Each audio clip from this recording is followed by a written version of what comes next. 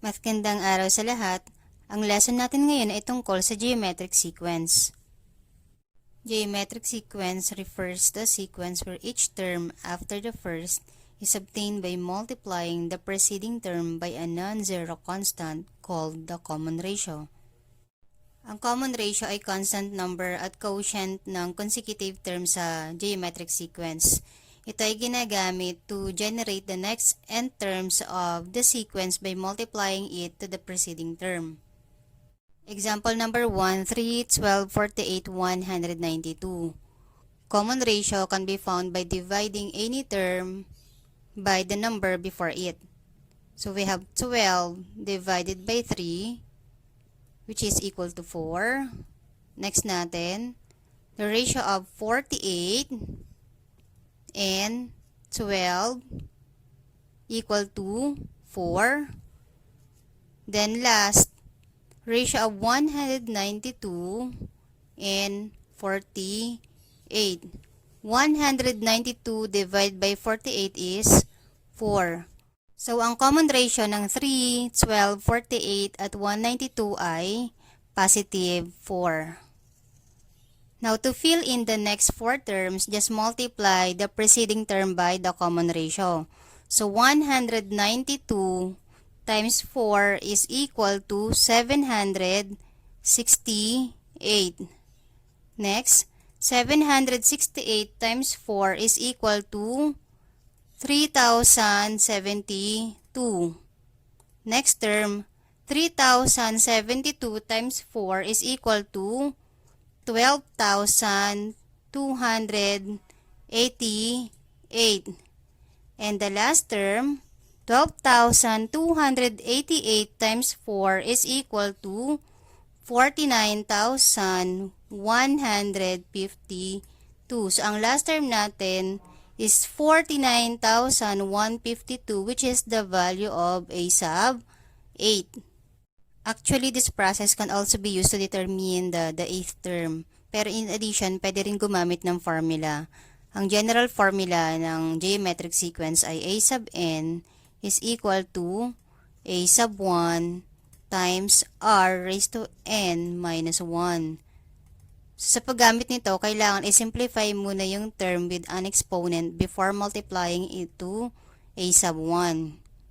I-apply natin para ma-check kung tama yung sagot natin sa a sub 8.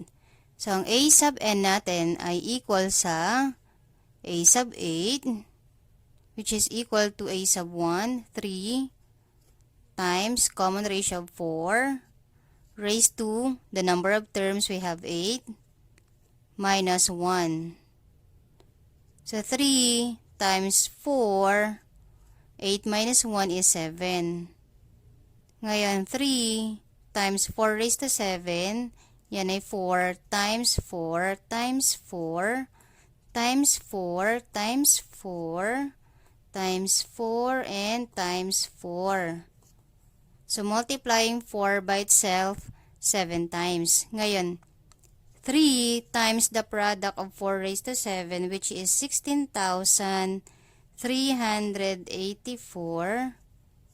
is equal to 49,152. So, ang value ng a sub 8 natin ay 49,152. So, makikita nyo, pareho yung result gamit ang formula saka multiplying the preceding term by 4. So, pwede nyong gamitin pareho to solve for the nth term or last term of a geometric sequence. Next, number 2, negative 5, negative 10, negative 20, and negative 40. Ang common ratio ay negative 10 divided by negative 5. Pag nagdi-divide ng dalawang integers na magkapareho ang sign, ang quotient nila ay positive. So, yan ay negative 10 divided by negative 5 is positive 2. Next, ratio ng negative 20 and negative 10. Negative 20 divided by negative 10 is positive 2. And negative 40 divided by negative 20 is equal to positive 2. So, ang common ratio ng negative 5, negative 10, negative 20, at negative 40 ay positive 2. Ngayon, paano malalaman ang next 5 terms ng sequence? Okay, tama. I-multiply lang ang preceding term sa common ratio. So, negative 40 times 2 is negative 80. Negative 80 times 2 is negative 160. Negative 160 times 2, negative 320. Negative 320 times 2 is negative 640. And negative 640 times 2 is negative 1,280. Ito ay value ng a sub 9. Tandaan na kapag nag-multiply ng magkaiba ang sign, ang product nila ay negative. I-solve natin ang value ng 9th term or a sub 9 gamit ang formula na a sub n is equal to a sub 1 times the common ratio raised to n minus 1.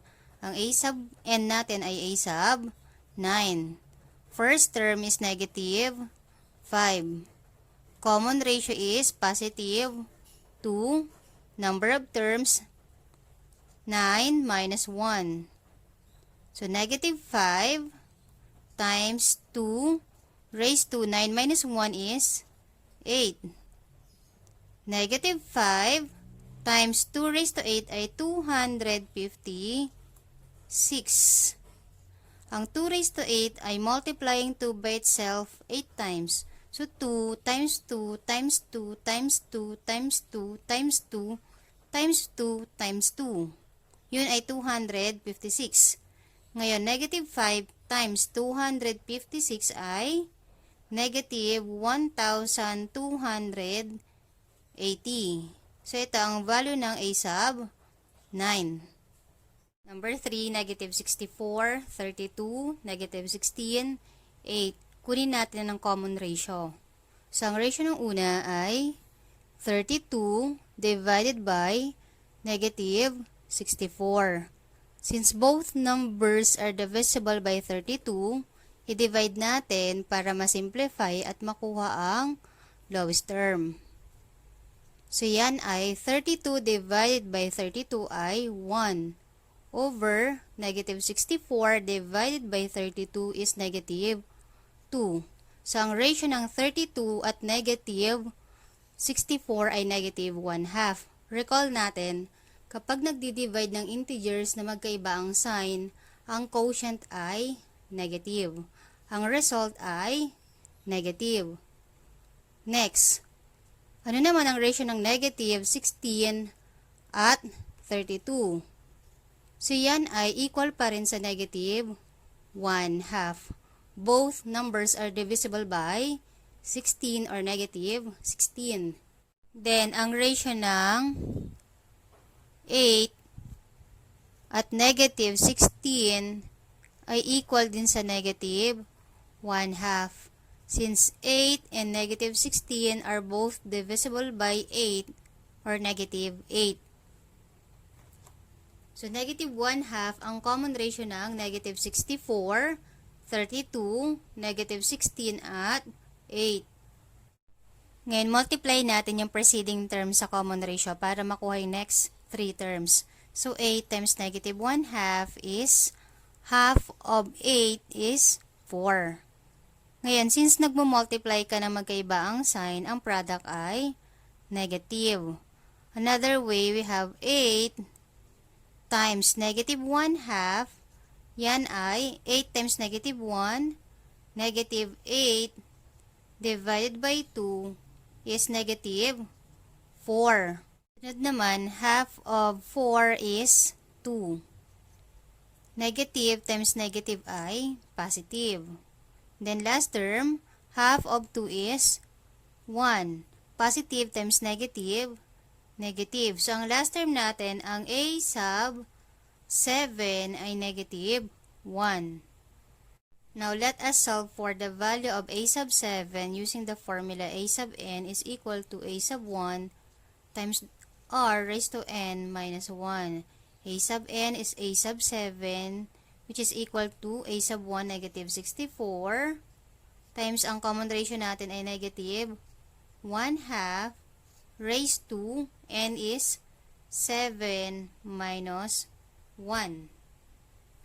So, yun ay negative 64 times negative 1 half raised to 6. Simplify negative 64 times negative 1 raised to 6 ay positive 1. Then, negative 2 raised to 6 ay positive 64. Ayan. Then, multiply natin. Negative 64 times 1 over 64. Pwede na pong i-cancel yan since pareho silang 64. So, ang matitira dyan ay negative 1 times 1 which is negative 1. Ito ang value ng a sub 7. Magkapareho lang sila.